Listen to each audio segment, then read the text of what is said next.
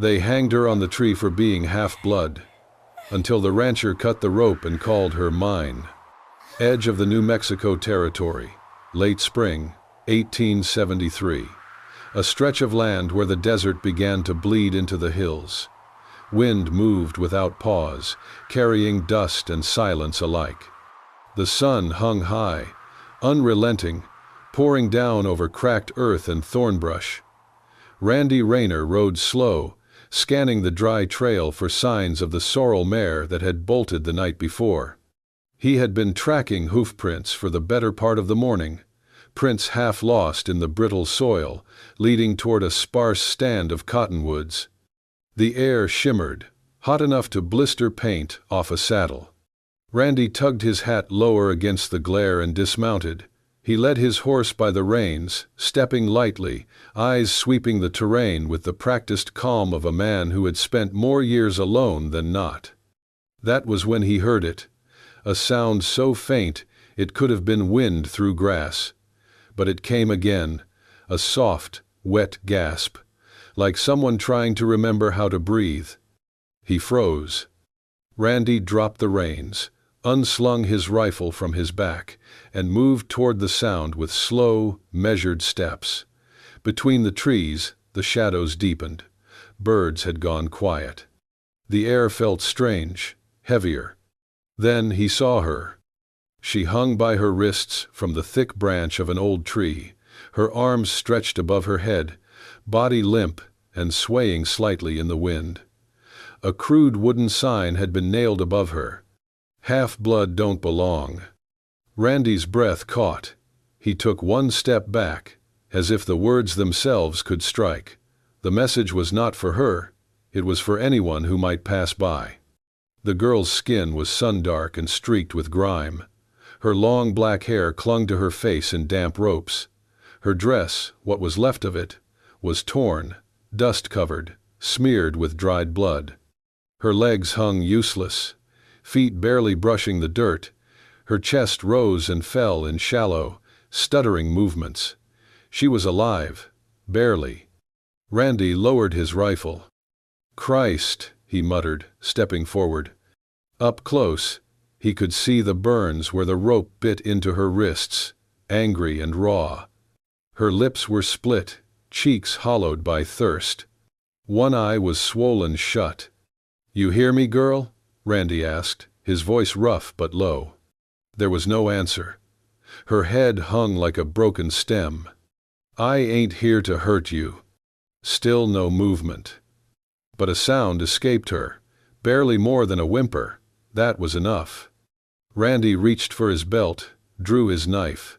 His fingers hovered at the rope, hesitating for the briefest second.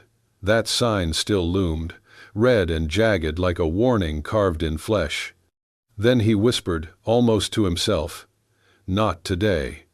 With one clean stroke, the knife sliced through the rope. The girl fell forward. Randy caught her just in time. She collapsed into his arms, light as smoke, burning with fever. Her head lolled against his chest. For a moment, she blinked, dazed and unfocused, lips moving without sound.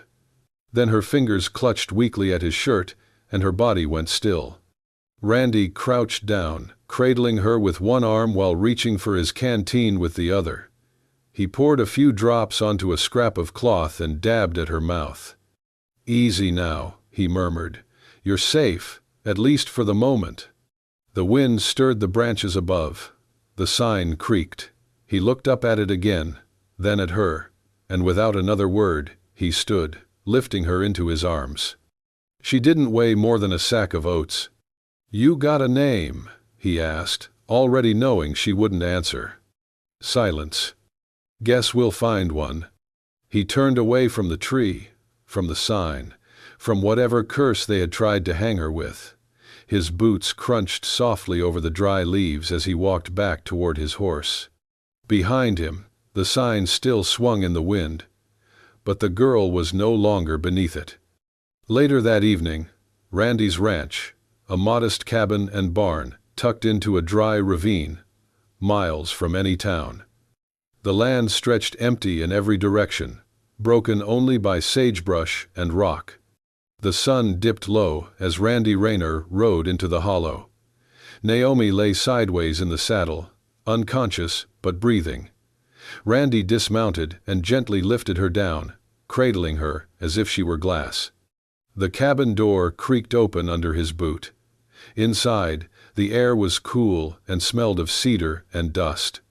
A single cot stood near the window. He laid her there carefully, then covered her with a clean wool blanket.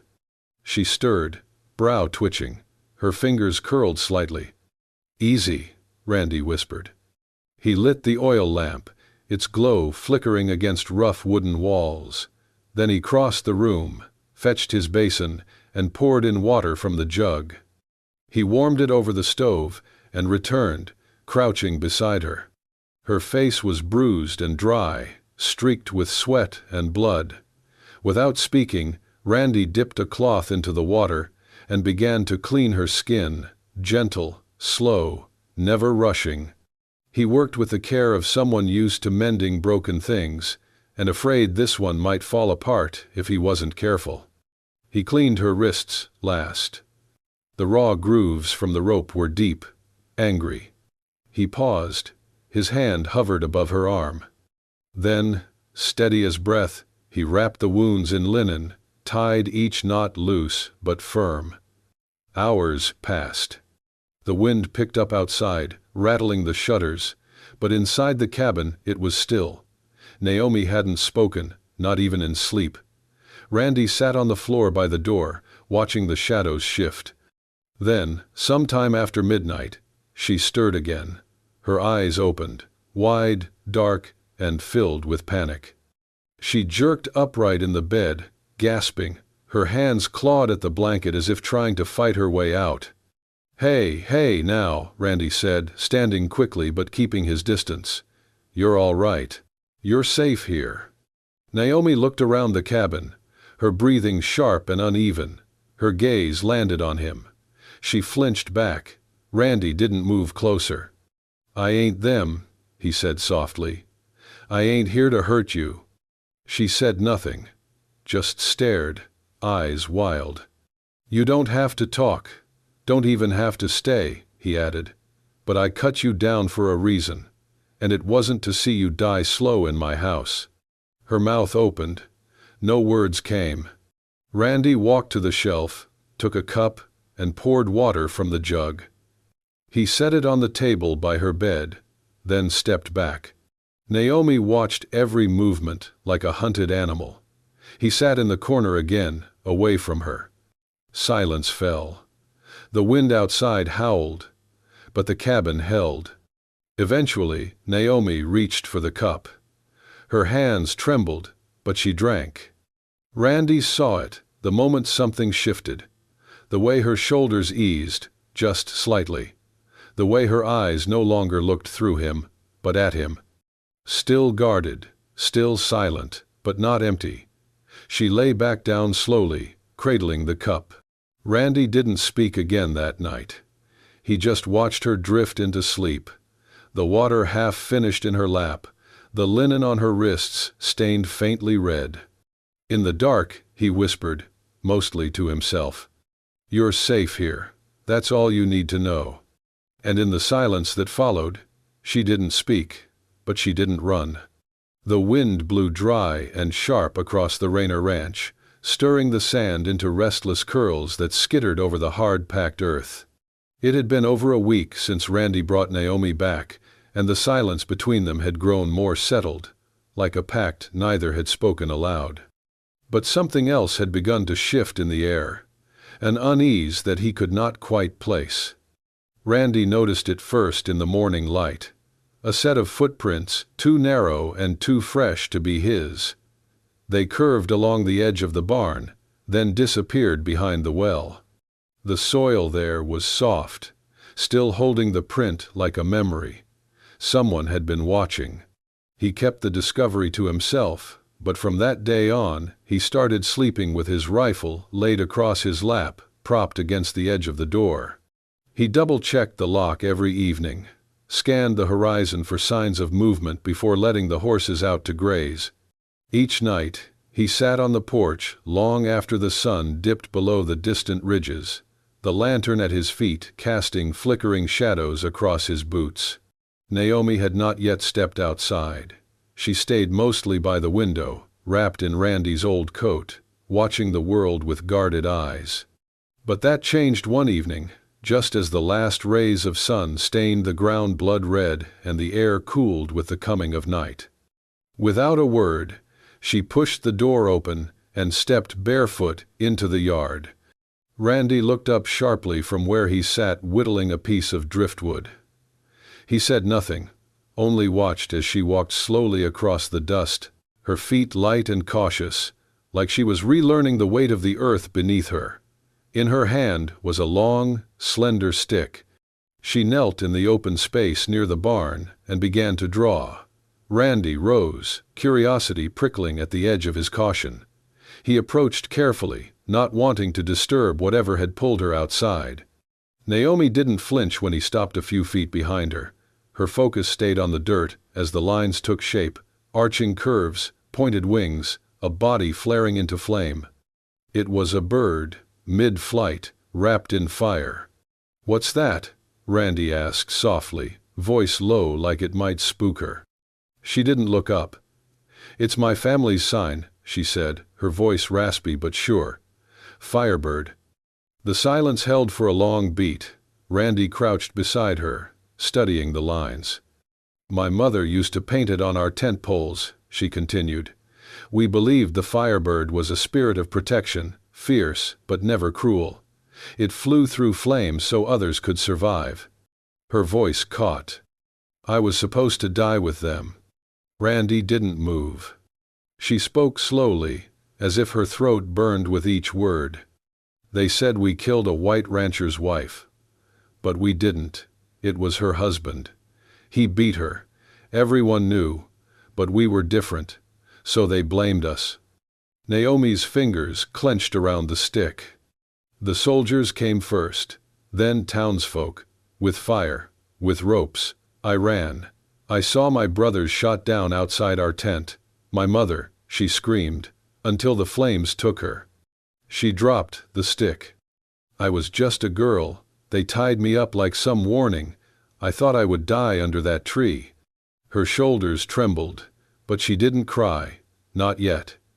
Her eyes stared into the dirt, at the flames she had drawn. Randy didn't speak.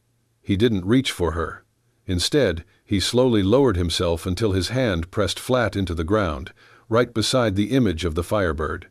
Fingers splayed, palm grounded. She noticed. Naomi looked over, eyes wet now, but steady. It wasn't a gesture of comfort, it was something deeper, a vow. No words needed, no promises made. Just the weight of his hand in the earth beside her grief, like saying, "I see it. I see you. And I won't look away." And for the first time since Randy had cut her from that tree, Naomi let her tears fall. Not out of fear, but because someone had finally stayed. The air was unnaturally still when the soldiers came. Randy saw the dust first, a thick plume rising on the far ridge, cutting across the sky like smoke from a distant fire. He stood at the fence line, his jaw tightening, eyes narrowed beneath the brim of his hat. The glint of brass and the rhythm of hooves confirmed it. U.S. Cavalry. Naomi stood just inside the cabin door, hidden in shadow, watching him watch them. 3 men rode up, but only one dismounted. He was tall, sharp-featured, with boots too polished for the land he stood on. A silver badge gleamed on his chest. Lieutenant Garrett James. His voice cut clean through the dry air. "Randy Rayner." Randy nodded slowly. "That's me." The lieutenant reached into his coat, pulled out a folded paper, and handed it over. "You're a law-abiding man, I take it. Seen this girl around?" Randy unfolded the wanted notice. The sketch was rough, but unmistakable. Dark hair, sharp cheekbones, fire in her eyes, even on paper. Her name printed below, Naomi. Wanted for murder and escape. Reward, $75. She's considered dangerous, Garrett continued. Killed a settler's wife, stabbed 2 soldiers on her way out of custody. You'd be doing the country a service if you turned her in. Randy stared at the paper for a long moment. Then he refolded it carefully and handed it back. Ain't seen no girl around here, he said flatly. Garrett cocked his head. You sure about that? You live out here alone? Always have. The lieutenant looked past him, toward the cabin. Mind if we take a look around? I do. Garrett raised an eyebrow. Got something to hide? Randy's voice dropped lower. Only my piece. Would like to keep it. For a moment, the 2 men held each other's gaze like drawn pistols. Then Garrett gave a tight smile and climbed back onto his horse. Well, if you do see anything unusual, Rayner, we'll be nearby. And with that, they rode off, leaving only silence and suspicion behind. Randy watched until the dust swallowed them. Then he turned and walked slowly back toward the house. Naomi was sitting at the table, stiff as stone. She had heard everything. When he stepped inside, she didn't speak at first. She just looked at him with those wide, dark eyes, half afraid, half something else. Then, quietly, she asked, "Why did you lie for me?" Randy set his hat on the peg, then looked at her for a long time, searching for the right words. When they came slow. Because I see you. And I don't see a killer. Her lip trembled just slightly. She looked away, like the weight of being believed was heavier than the rope that once held her. That night, after the sky had turned to coal and the stars blinked through the haze, they sat side by the fire. The wind outside hummed low against the walls, but inside, it was quiet, safe. Naomi had wrapped herself in the woven blanket again, her knees drawn to her chest. Randy sat nearby, sharpening his knife slowly, the sound of stone against steel, steady and calm. After a long silence, Naomi shifted. She turned toward him, eyes reflecting the firelight, and slowly reached out. First, she placed her hand on her own chest, right over her heart. Then she leaned forward and pressed that same hand to his chest, above the place where his heart beat solid and slow beneath the worn fabric of his shirt. Randy froze. She didn't speak. She didn't need to. The meaning pulsed between them, quiet and fierce. I am still here, and so are you. His hand rose, not to stop her, not to question, but to cover hers, fingers entwined. In the crackling glow of the fire, something shifted. Not a confession, not a vow, just understanding. And for the first time, neither of them felt alone. The sun was sinking low, casting long gold slashes across the dry earth when the riders came. Randy heard them before he saw them, hooves pounding dirt, voices sharp with the kind of anger that liked to travel in packs. He stepped out onto the porch, rifle slung casually across his back, hat brim shadowing his eyes. 5 men rode into the clearing. At the front was Joe Cormack. Joe had always been a bad man wearing a good man's badge, back when he wore one. Now he was just leather and guns and a mean grin that stretched too far across his face. "Well, hell," Joe called, swinging down from his horse. "You always had a way with strays, Randy, but this one's trouble." Behind him, the other men dismounted, rifles in hand, faces taut with sweat and hate. Randy didn't flinch, didn't speak, just watched. Joe sauntered up to the porch, spitting into the dust. "Word is, you're hiding her. Half-blood girl. Burned a whole settler camp to the ground. Killed a man with his own knife. That true?" Randy didn't answer. Joe gestured toward the cabin. "We're gonna take a look. That all right with you?" "No." That one word cracked the air. Joe blinked. "No?" Randy's voice was low, steady. "This is my land. "You're not welcome." Joe chuckled, but it didn't reach his eyes. "Randy, don't be a damn fool. We'll torch this whole place if we have to. We're not leaving without her." Randy stepped down from the porch, slow and deliberate. The rifle stayed on his back. "She's not yours to hang," he said. "She's mine to protect." Joe's smile disappeared. "You gonna stop 5 men with that mouth of yours?" "No," Randy said, "but I'll start with you." The air turned razor sharp. For a beat, no one moved. Then Joe lunged. Randy ducked the punch, turned, and slammed his shoulder into Joe's chest, knocking him backward. One of the others raised his rifle, but before he could aim, Randy's hand was already on his, twisting hard until the weapon dropped. He didn't fire, he didn't draw. But he moved like water over stone, fast, relentless, using their weight against them. He dodged, ducked, disarmed. One man tripped over his own boots. Another yelped as Randy cracked a forearm across his nose. Dust kicked up in clouds. Hooves skittered as the horses backed away in panic. The 5th man, youngest, maybe 17, froze mid-motion, eyes wide. "Go," Randy growled. And just like that, it ended. The men scrambled, cursing, dragging Joe to his feet. Randy stood in the center of it all, chest heaving, shirt torn, knuckles bleeding, but his eyes burned with something too fierce for fear.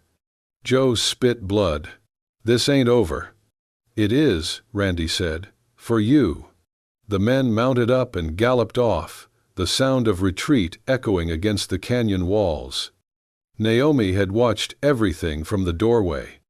She hadn't moved, hadn't breathed.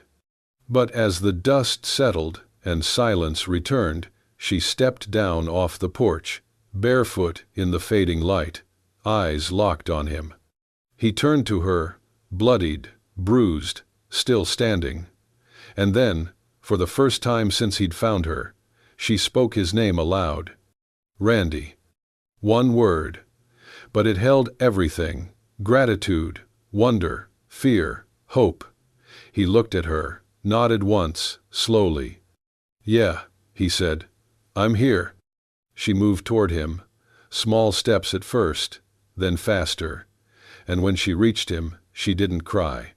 She just pressed her forehead gently against his chest, right where his heart was still beating hard.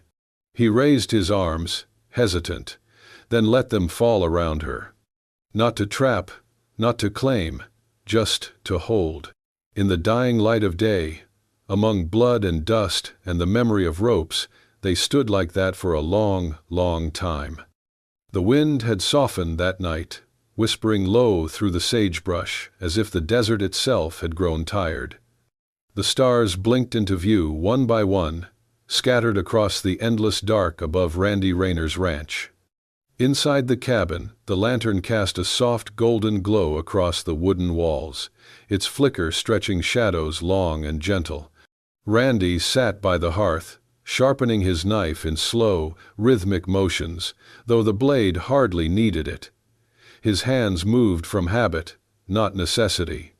Across the room, Naomi stood near the window, wrapped in one of Randy's old flannel shirts, her dark hair braided loosely down her back.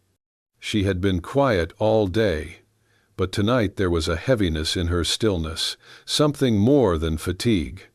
He glanced at her. "You sleepin' up right now?" She didn't answer at first. Then she turned, walking slowly toward him. Her bare feet made no sound on the wooden floor. "I have something to tell you," she said, voice low. Randy set the knife aside and looked up. She sat across from him, hands folded in her lap, eyes steady but unreadable. "My name's not Naomi," she began. "It never was." Randy didn't blink. He waited. She took a breath. "My real name is Sayan. It means bringer of life. My mother named me on the night of a blood moon. She said it was a sign I'd carry fire and healing in equal measure." Sayan. The word seemed to shift the air itself. I was 6 when she taught me to paint firebirds on bark, she continued, her voice distant. She said they flew between worlds, messengers, watchers, survivors. The night they came, the soldiers, the men from town, she painted one on the door of our tent. Her hands trembled now. They dragged us outside. I still remember the way her eyes looked when they set the tents on fire. She didn't cry. She didn't scream. She just stared at them, like she was memorizing the faces of every man who did it. Randy leaned forward, elbows on his knees, watching her as if the sound of her voice was a rare and fragile thing. She pushed me into the hollow beneath the roots of a fallen cedar, Cyan said. Told me to stay quiet. That if I lived, I'd have to carry something, not hate, not revenge, but the truth. She finally met his gaze. You want truth, Randy? Here it is, her voice cracked. If I wasn't half white, if I didn't have your blood in me too, would you have still cut me down from that tree? He didn't answer right away. Instead, he reached across the space between them and placed his hand gently against her cheek. The calluses on his fingers felt like worn leather, but his touch was tender, steady. I don't love your blood, he said quietly. I love the fight inside it.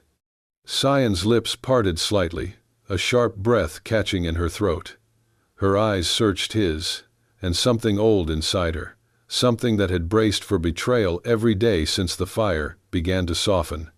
Then, slowly, she leaned forward. Their foreheads touched first, then their lips.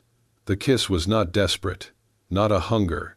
It was a release, of fear, of silence, of the weight they had both carried too long. It lasted just long enough to say what neither of them had the words for. When they parted, she let her forehead rest against his. He kept his hand on her cheek, thumb brushing just below her eye. You believe me? She asked, almost a whisper. I believed you the moment you drew that bird in the dirt, Randy murmured. Outside, the night deepened. The fire crackled low, and the desert wind shifted direction, as if the land had taken a breath and let it go. Inside the cabin, two people sat close enough to hear each other breathe. Not as strangers, not even as fugitives, but as two halves of something broken that had finally begun to mend. The sun had barely dipped beneath the horizon when the riders were seen on the ridge. Dust curled behind hooves like smoke over the earth. Randy Rayner watched from the fence post, one hand tight around his spyglass, the other resting near his revolver. Even from this distance, he could see the gleam of blue and brass, the U.S. cavalry. They're coming, he muttered.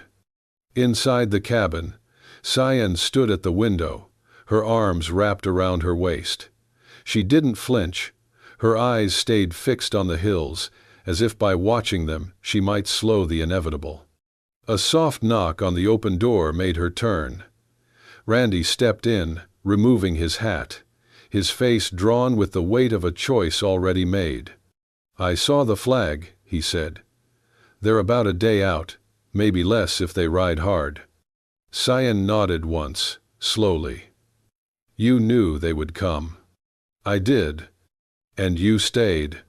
He stepped closer, placed his hat on the table, and looked her full in the face. I stayed, because this, us, it's worth more than the dirt they want to bury you in. She looked down, her fingers tightening on the fabric of her blouse. They won't stop, Randy. I know, he said, which is why we can't stay. Cyan lifted her eyes. Run? He shook his head. Not run, just ride somewhere else. Somewhere their laws don't reach. South, over the border. There's land where no one knows your name, where they won't look at your skin like it's a crime. She didn't speak for a long time. Randy stepped closer, voice low, steady. Cyan, I ain't asking you to hide. I'm asking you to live. With me. Her breath hitched. I'm not afraid of them, she said. Not anymore. I know, he replied. I'll go, she said. But not to escape. I'll go to live, with you. A silence passed between them, soft, full, final. Then she smiled. It was small, sad, and true. That night, while the wind blew dry over the ridges, they prepared. Randy packed light, jerky, a canteen, a single blanket rolled tight. He saddled the horses with care, speaking to them in low murmurs. Cyan, dressed in simple brown cloth, her hair braided tight. Around her neck she tied a red thread, once part of her mother's shawl. They left before the moon rose. The cabin door swung shut behind them, unlatched. No fire was left burning. No trail marked the ground except hoofprints and the occasional scuff of a boot. The night was wide and quiet. The stars blinked like old gods watching. Two riders moved through the dark, not fugitives, not heroes, just a man and a woman with nothing left to give but themselves, and nowhere left to go but forward. As they crossed the dry creek bed at the edge of the valley, Cyan looked back once. "What is it?" Randy asked. She didn't answer at first. Then she said, "I'll remember the way the wind sounded here." He nodded. "I'll remember the first time you said my name."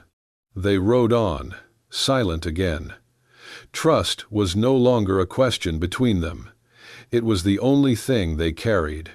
The moon was high, full and pale as bone, casting silver light over the scrub brush and stone ridges that marked the edge of the known land.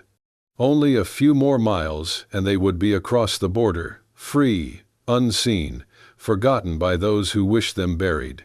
Randy's breath came in low, steady rhythm, eyes sweeping the trail ahead, body tense in the saddle.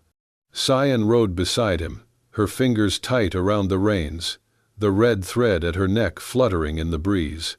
Then came the shot. A crack through the silence, sharp, merciless. Randy jerked back in the saddle. Blood bloomed across his shirt like a crimson star. "Randy!" Cyan screamed, pulling hard on her horse's reins as he slumped sideways. He hit the ground hard, groaning, clutching his side. Another shot whizzed overhead. Cyan dropped to the ground, dragging Randy toward a nearby cut in the rock. An old wash eroded into a narrow crevice. She gritted her teeth against the pain in her shoulders as she hauled him out of the line of fire. The rocks scraped her knees, his weight dragged heavy across the gravel. Blood soaked through his fingers. He looked up at her, eyes glassy. "You were tied to a tree once," he rasped, "because of men like them. I won't let you be left behind. Not again." Cyan pressed both hands to his wound, forcing the bleeding to slow.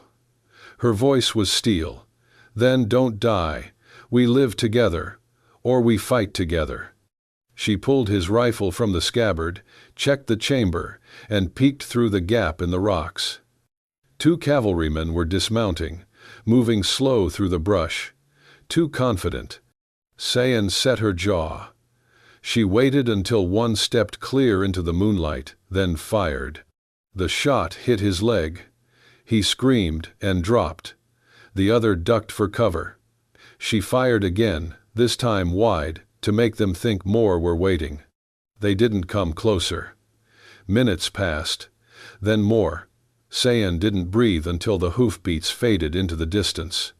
She turned back to Randy, who was barely conscious.